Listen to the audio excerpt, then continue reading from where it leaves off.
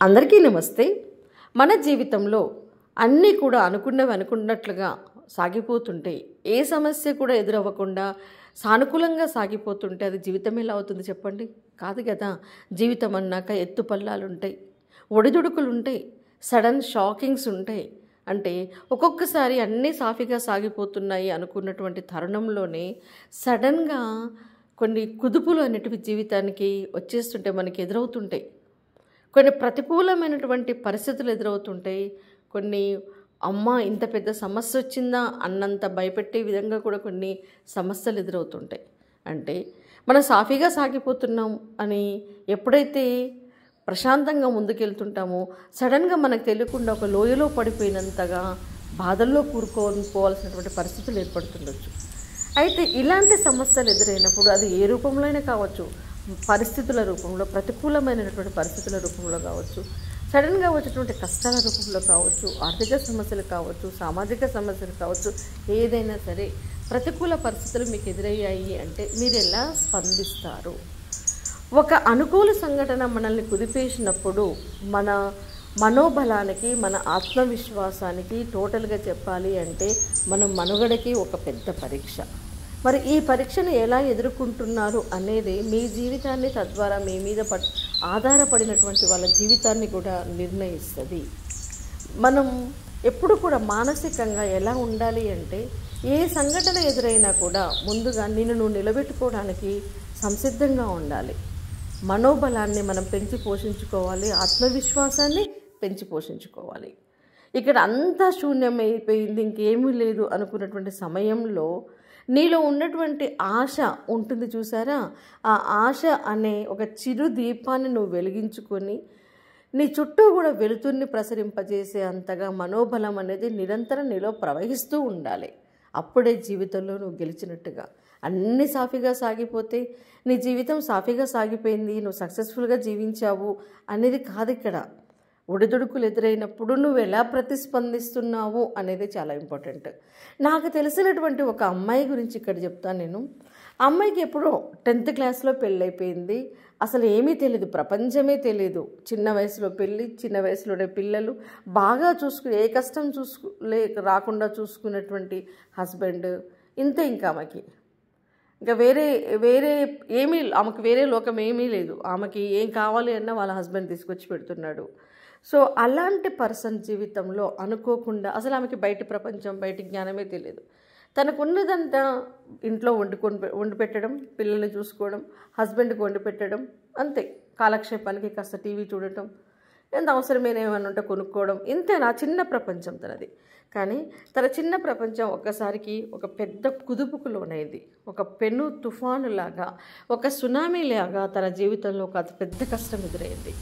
ఏంటి ఆ కష్టము అంటే, బాహ్య ప్రపంచం తెలియని తన ప్రపంచము ఒక్కసారిగా శూన్యమైపోయింది. తన భర్త అనుకోకుండా సడన్గా చనిపోయాడు.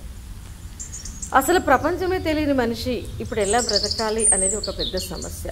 ఆ సమస్య నుంచి తను ఎలా బయటపడింది అనేది ఇంకా ఒక పెద్ద, అంటే కొంతమందికి ఎలా అనిపిస్తుంది అంటే అలాంటి సందర్భంలో ఈ అమ్మాయి బ్రతుకుతుందా, ఈ అమ్మాయి నిలబడగలుగుతుందా, అసలు ఎలా బ్రతుకుతారు అన్న ఆశ్చర్యం కూడా కలుగుతుంది. సో అసలు అప్పుడు ఆమె అసలైనటువంటి ప్రపంచాన్ని చూడడం మొదలుపెట్టింది. అంటే చుట్టూ ఉన్న వాళ్ళలో తన వాళ్ళెవరు, తన వాళ్ళు కాని వాళ్ళెవరు. ఒక సమస్య ఎదురైనప్పుడు ఎంతమంది తనతో పాటు నిలబడతారు. సో సడన్గా భర్త చనిపోవడం, ఆ భర్త చేసినటువంటి ఆర్థిక ఇబ్బందులు కొన్ని, ఒకవైపున ఆర్థిక సమస్యలు, తన భర్త ఇచ్చినటువంటి షూరిటీస్ కావచ్చు, లేకపోతే తనకు తెలియకుండా చేసినటువంటి ఆర్థిక లావాదేవీలు కావచ్చు. ఆ తర్వాత ఇక అసలు ఆమెకు సపోర్ట్ అనేది లేకుండా, ఎటువైపు నుంచి సపోర్ట్ లేదు, ఒంటరిగా నిలబడిందమ్మా. అప్పుడు తను అసలైనటువంటి ప్రపంచాన్ని చూసింది. ఇక్కడ చూడండి, అవసరం మనిషికి ఏదైనా నేర్పిస్తుంది అన్నట్టుగా. ఇక తను భయపడి తను వెనకడిగేస్తే తన కుటుంబం ఆగమైపోతుంది, తన పిల్లలు ఆగమైపోతారు, తనకు ఎలాగో తోడు లేరు, తనే తన పిల్లలకు తోడవ్వాలని నిర్ణయించుకున్న తర్వాత కాలు గడప బయట పెట్టడం మొదలుపెట్టింది.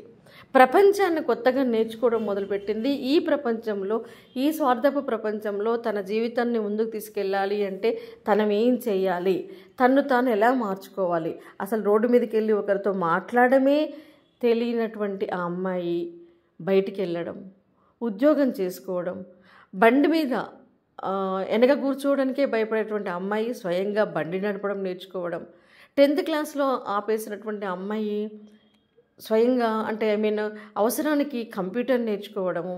అసలు ప్రతి విషయంలో అసలు నాకు చాలా ఆశ్చర్యం అనిపించింది. ప్రతి విషయంలో తనను తాను కొత్తగా మలుచుకుంది. పెద్ద సమస్య ఎదురైపోయింది. అసలుకి ఆ సమస్యకి ఎవరూ తట్టుకోలేరు. అంటే భర్త చనిపోవడం ఒక్కటే అక్కడ సమస్య కాదు. ఆ తర్వాత ఎదురైనటువంటి ఆర్థిక సవాళ్ళను తను ఎదుర్కోవాల్సిన పరిస్థితి ఏర్పడింది. చిన్నపిల్లలు సమాజంలో ఒంటరిగా నిలబడేటప్పుడు ఒంటరి మహిళ మీద ఎలాంటి పరిస్థితులు, ఎలాంటి ప్రభావాలు, ఎలాంటి చూపులు వేటాడుతాయి అనేది కూడా తను ఫేస్ చేసింది. కానీ ఎక్కడ కూడా తలొగ్గలేదు, ఎక్కడ కూడా వెనకడగేయలేదు. గుండె నిబ్బరంతో నిలబడి తన ఫ్యామిలీని కూడా నిలబెట్టుకున్న అమ్మాయిని నేను చూశాను లైఫ్లో. అంటే మనకి ఏదైనా కుదుపు సడన్గా ప్రతికూల పరిస్థితులు ఎదురుపడినప్పుడు మనం ఎలా ఆలోచించాలి అంటే, జరిగిపోయిన దాన్ని మనం మార్చలేము, జరిగిన నష్టాన్ని కూడా పూడ్చుకోలేము. ఏదైనా సరే మనకు జరిగినటువంటి నష్టం మన చేతులు లేదు, మన ప్రమేయం లేకుండా జరిగింది. అసలు ఆ జరిగిన నష్టానికి నీకు సంబంధం లేదు. నీ ప్రయత్న లోపం వలన నీకు నష్టం జరగలేదు. అది ఒక కుదుపు, అది ఒక కాలం పెట్టినటువంటి అగ్ని పరీక్ష. మరి నువ్వు ఎలా బయటపడాలి? కేవలం ఇక్కడ నీ ఆత్మవిశ్వాసం మాత్రమే. మొదటగా జరిగిన దాన్ని నువ్వు యాక్సెప్ట్ చేయాలి, మానసికంగా దాన్ని స్వీకరించాలి. ఓకే, ఈ నష్టం జరిగిపోయింది, ఇప్పుడు నేను ఏం చేయాలి, ఇలా ఆలోచించాలి. నువ్వు విశ్లేషించుకుంటున్న కొద్దీ సమస్య తీవ్రత అనేది తగ్గడం మొదలు పెడుతుంది. నువ్వు సమస్య జరిగింది, ప్రతికూల సంఘటన ఏర్పడింది, జీవితంలో వచ్చినటువంటి కష్టం మీద మాత్రమే నువ్వు ఫోకస్ చేస్తే తర్వాత ఏం చేయాలి అనే విషయం మీద నువ్వు ఫోకస్ చేయలేవు. సో ఎప్పుడైతే జరిగిన కష్టాన్ని, నష్టాన్ని స్వీకరిస్తూ ఇప్పుడు నేను ఈ ప్రపంచంలో బ్రతకాలి అంటే నేనేం చేయాలి, నన్ను నేను ఎంతగా మార్చుకోవాలి, నేను ఏ విషయంలో రాటుదేలాలి, నేను కొత్తగా ఏ విషయాలు నేర్చుకోవాలి అనే దాని మీద నువ్వు ఫోకస్ పెట్టినప్పుడు నీ అవసరమే అన్నింటా నీకు అన్నీ నేర్పిస్తుంది. సైకిల్ని చూస్తే సైకిల్ తొక్కడానికి భయపడేటువంటి వాళ్ళు సైకిల్ని తొక్కడం నేర్చుకోగలుగుతారు. మోకాలు చెక్కలైనా కూడా పడిపడైనా సరే మళ్ళీ లేచి తొక్కడం నేర్చుకోగలుగుతారు. ప్రతి విషయంలో కూడా అదే విధంగా అసలు ఈతే రాని వాళ్ళకి ఈత కూడా వస్తుంది. నలుగురితో మాట్లాడడం రాని వాళ్ళు మాట్లాడడం నేర్చుకుంటారు. ప్రపంచంలో ఎప్పుడైతే నువ్వు పోరాడటానికి సిద్ధపడతావో, నువ్వు పోరాడి నువ్వు గెలిపించుకోవడానికి సిద్ధపడతావో, క్రమక్రమంగా అన్నీ నీకు తలొంచడం మొదలు పెడతాయి, నీ ముందు మోకరిల్లడం మొదలు పెడతాయి. అంతకుముందు నువ్వు దేన్ని చూసైతే భయపడ్డావో అదే నీ ముందు మోకరిల్లుతుంది. నీకు రాదు అనుకున్నది తర్వాత నీకు వస్తుంది. ఎందుకు అంటే అంతర్లీనంగా నువ్వు నీలో ఉన్నటువంటి ఆ కసి, నిన్ను నువ్వు నిలబెట్టుకోవడానికి నువ్వు చేసేటువంటి ప్రయత్నమే నీకు అన్నీ నేర్పిస్తాయి. గతంలో నీకు రాని విషయమే ఇప్పటికి ఇంతేనా అనిపిస్తుంది. ఇదంతా ఎప్పుడు అంటే నీలో ఆత్మవిశ్వాసం ఉన్నప్పుడు. జరిగినటువంటి నష్టాన్ని, జరుగుతున్నటువంటి ప్రతికూల విషయాన్ని నువ్వు స్వీకరించి ఇప్పుడు దీని నుంచి నేను ఎలా బయటపడాలి అని నువ్వు ఆలోచించినప్పుడు మాత్రమే ఈ మనోధైర్యం అనేది నీకు వస్తుంది.